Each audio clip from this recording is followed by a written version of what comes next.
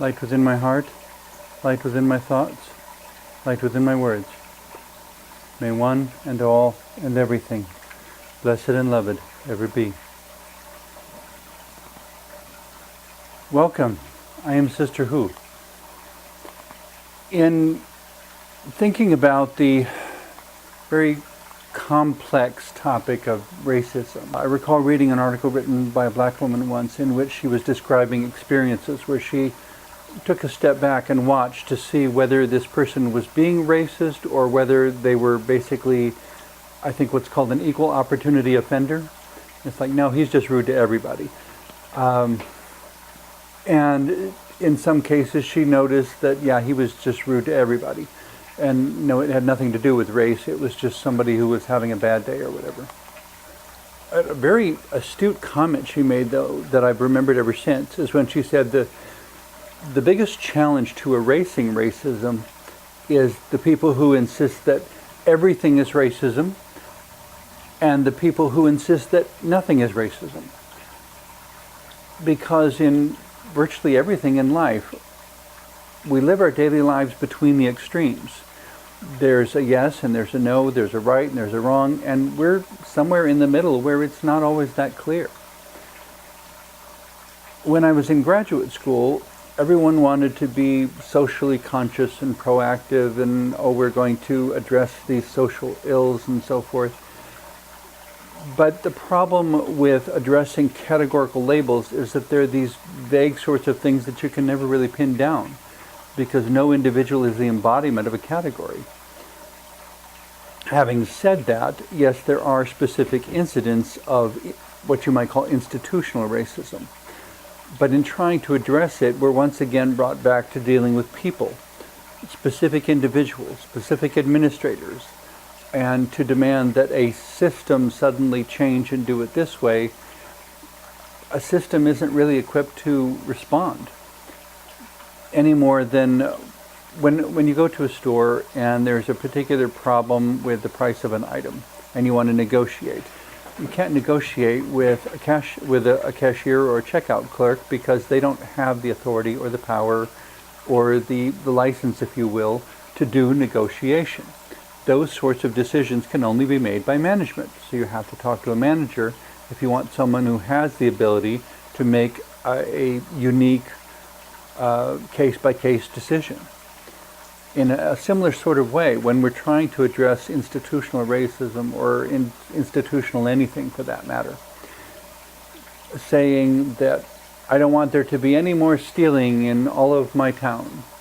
Well, it's a nice wish, but we have to look at where does it come from, why does it happen, who are the individuals involved, and why are they involved, and what is going on here. There was one time when I was assigned to help a particular church that expressed interest in, quote, bringing the young people back to church. And my first question to them, which they never answered, was specifically, what have you done to make them want to come? You know, what reason have you given them, have you given the youth for wanting to be here? And they were never able to answer that question, and I was disappointed that they weren't even willing to wrestle with the question. Personally, I don't believe there's such a thing as an uncaused effect. That if something manifests, if it shows itself, if it happens, if it bursts into view, there's a reason, there's a cause, there's some reason that happened. A lot of current medical practice, though, treats symptoms rather than causes. And I'm afraid that this same sort of different approach to thinking has crept into the rest of society, that we're looking at symptoms and we don't want to be bothered with causes.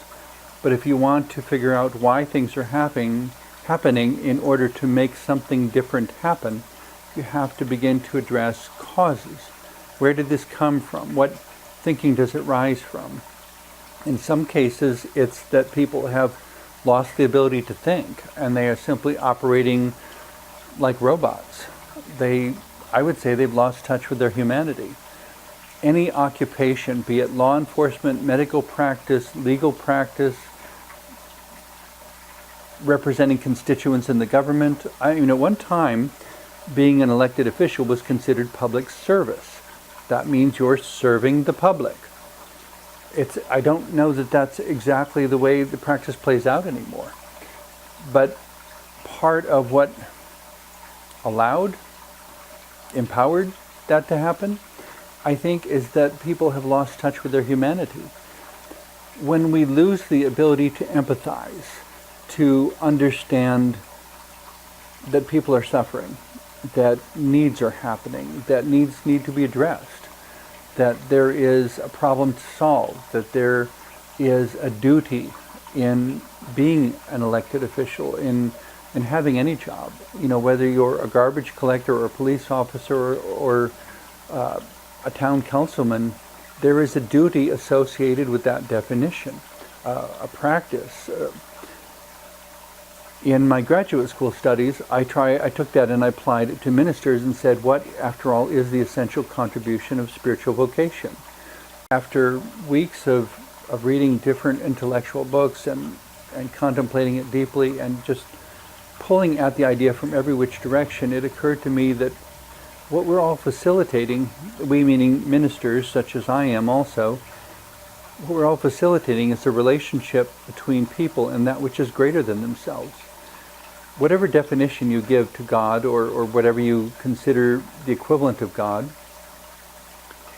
a higher order or whatever, we need to find a way to positively relate to that which is greater than ourselves, so much greater that a lot of it is very mysterious and unlearned yet, undiscovered. There was a time that we didn't have Geiger counters and we didn't know what radiation was. People were still affected by radiation, it was still there, but we didn't know why people got sick, we didn't know what it was, we didn't have any way of detecting or measuring it. Now we have those sorts of we have Geiger counters, we have ways of dealing with those conditions and those effects and noting whether or not they're there. I'm sure that at some future time there will be additional energies that we can't perceive now, but we're still very much affected by. And we will have ways of coping with those also, or of maybe not so much coping as responding to whatever influence they do have on our lives. Getting back to the interpersonal stuff, as I was wrestling with understanding what is at the heart of racism, it seemed to me that a big part of erasing racism, as this writer put it, was that we need to understand it's ultimately not about the identity of the perpetrator or the victim.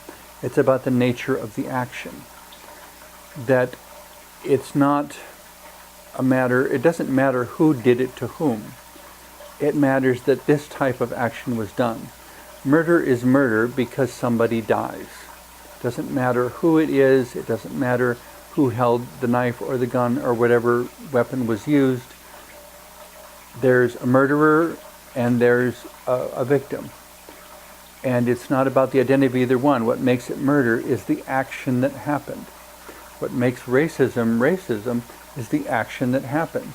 And when I tried to figure out what is the most singular definition, what I find in racism is that it blinds you to the truth of the individual. The one thing you do not see when you are engaging in racist behavior is the unique individual who is being affected by your action. You see a category, you see perhaps a societal struggle, but you do not see the people who are actually affected. They have no names or faces. They're just statistics. We objectify them. We turn people into objects. A victim is an object, it's not a person. A perpetrator is an object, it's not a person. When you begin to see the real people and you understand that they are responding to psychological and emotional perceptions and pressures and things that they've been told that perhaps they didn't think to question adequately.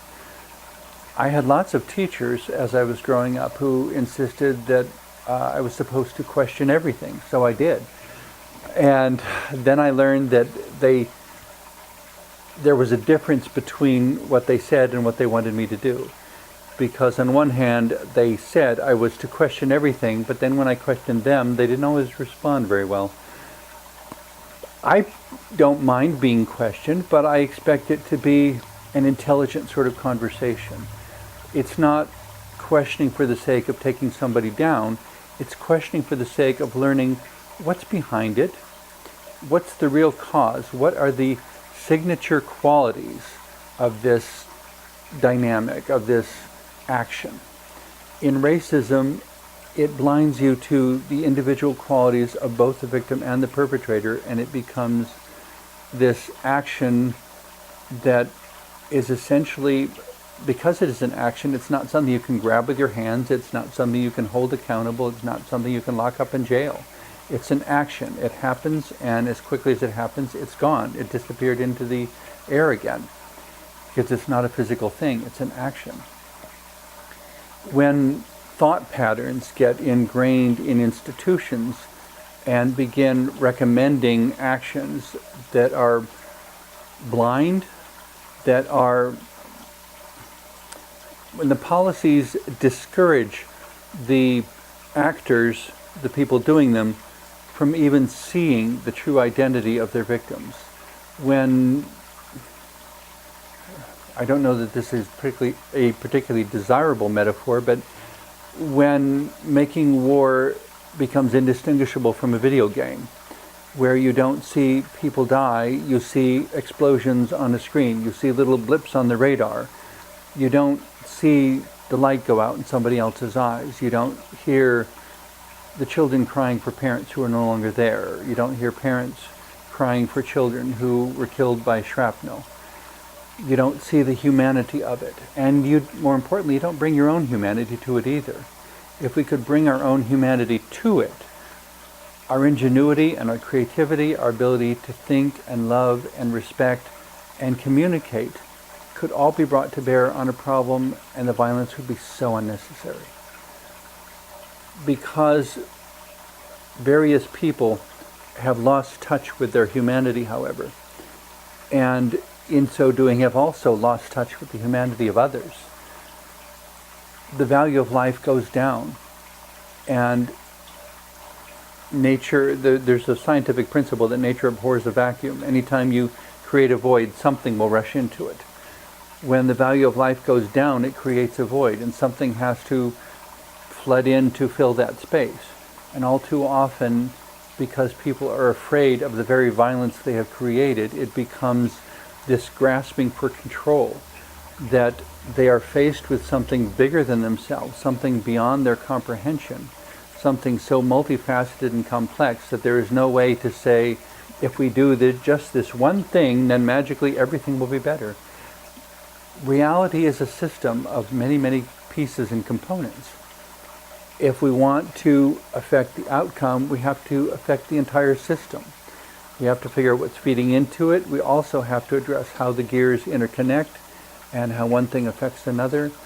It's everything happening at once because it's a system. It's not the result of a single action. So we address one part, and we address another part, and we address another part. But we humbly understand that addressing one part is not going to solve the problem, because the problem is a system. It's not a single action. It's not, if only this weren't happening, then magically everything else would be fine. There are a lot of pieces that have to come together, just like it takes a lot of individuals to make a community. To make a community function, you have to have the electricians, the plumbers, the farmers, the doctors, the administrators. They all have to be there. The people who maintain the streets, the people who haul away the garbage, the people who teach your kids in school, the people who do the hiring of new employees, the people who mind the way goods and services and currency is exchanged. Ideally in a way that empowers everyone instead of allowing the resources to be hoarded by a few. The thing, it's easy to forget because the larger system of humanity, if you will, because it's gotten so big, we've become so removed from certain parts. People don't see where their food comes from anymore, and so they don't understand what support the farmer needs in order to keep supplying their food. All they see is the very end of the line, where the food comes out as if through a window. You know, suddenly somebody dropped food on their front porch. Well, no, it really wasn't that simple. Somebody had to grow it and tend to it. Somebody had to process it and package it. Someone had to ship it. All of these people have to be supported in their ability to live and continue to exist and to continue to do their jobs, or that food doesn't land in your grocery store and you go to the grocery store and all the shelves are empty.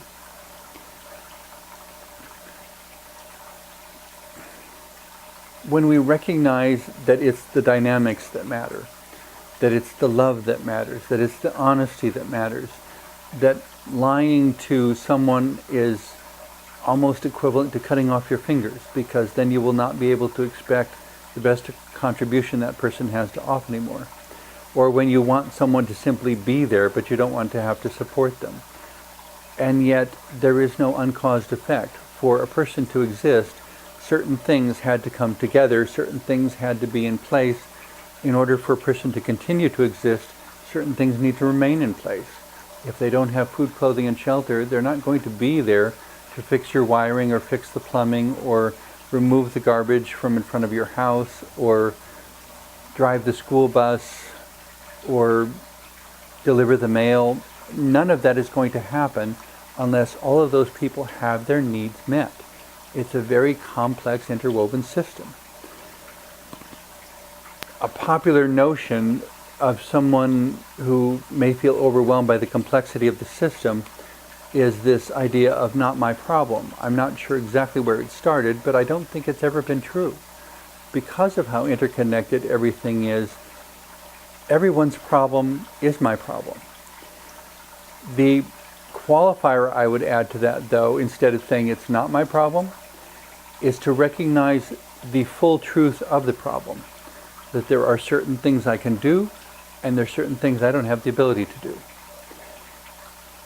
One of the early witticisms I coined as Sister Who, because among other things I've also been a bodybuilder in the past, is that whoever wants the muscles has to lift the weights. You can provide weights, you can cheer, you can give instruction in the proper use of the weights. If that person wants to develop muscles, that person has to lift the weights. That is the one thing that nobody can do for them. They have to do it for themselves. And if they cannot do it for themselves, then they better figure out how to live without those muscles. Because you can't surgically implant muscles of a particular strength. They're generated by work and activity. In a similar sort of way, if we want to develop the muscle of the brain, the cerebral muscle, if you will, it has to be used. There was a witticism I heard when I was a child, use it or lose it. The idea being that if you have an ability, it requires daily practice. It requires a certain frequency of maintenance. It requires a certain care. If you don't take care of it, it's not going to be there when you need it. And there may not be any way to bring it back at that point either.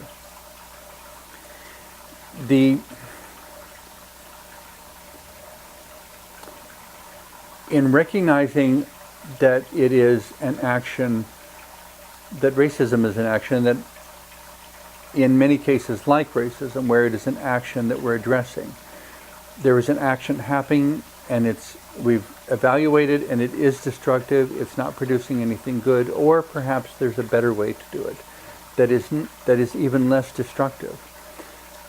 There are cars, for example, that are very efficient in their use of fuel so that it doesn't take as much gas to get from point A to point B.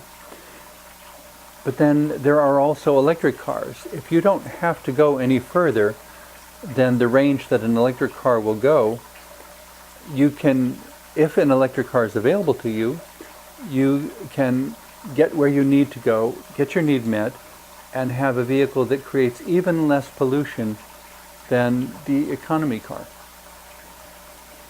These are the sorts of changes and shifts that need to happen in human thinking, though.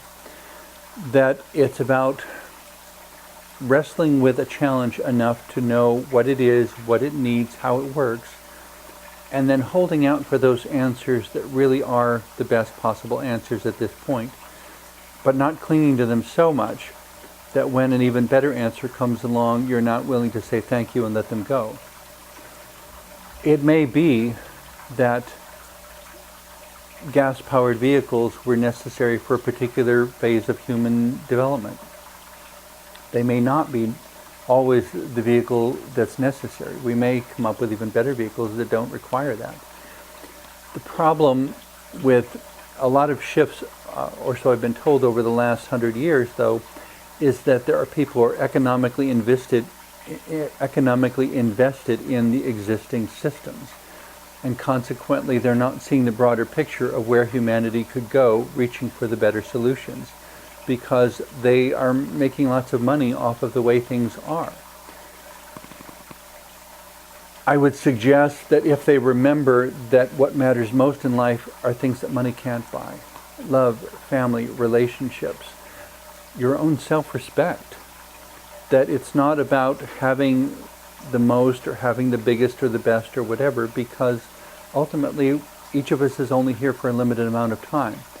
And when it's over, I have never been to a funeral yet where somebody read the financial balance sheet at the funeral. Nobody cared whether they were rich or poor, except for the people who wanted to take that wealth for themselves from that point on. And generally the people who were the least loved are the people who are the most quickly forgotten.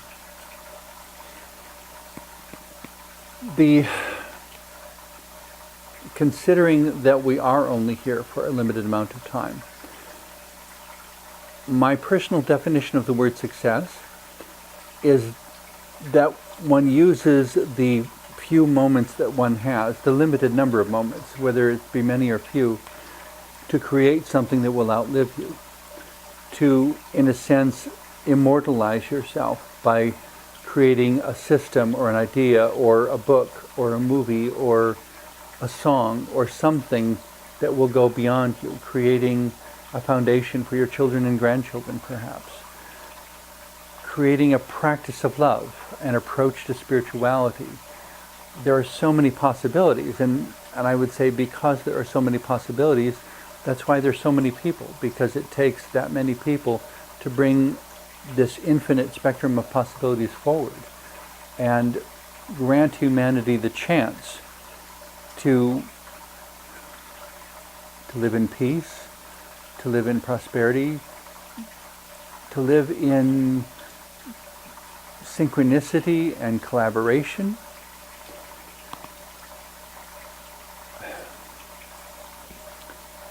What prevents us? Being willing to work at each day of our lives, being willing to remember that each moment is a passing moment, that we can create memories, but we cannot create enduring experiences. We are imprisoned, if you will, within time. As fast as one can do a loving action, it is gone, and you can remember it. As much as I loved my Old English sheepdog, Gareth, I couldn't prolong his life beyond the 9 years that he lived. I treasure every moment, and as the verse says, if love could build a stairway and memories a lane, I'd walk right up to heaven and bring you home again. And I would do almost anything to have him back, but I can't, because that's not the nature of life. And in the same way, for myself, I am here today, I'm doing all the good I can, because I know there's a point at which I will be gone, and it will be up to all of you to carry on in whatever way you deem best. We can share this moment, we can help each other, we can do everything we can to empower each other. We cannot hold each other in this moment, because we are creatures of time, and the moment is passing.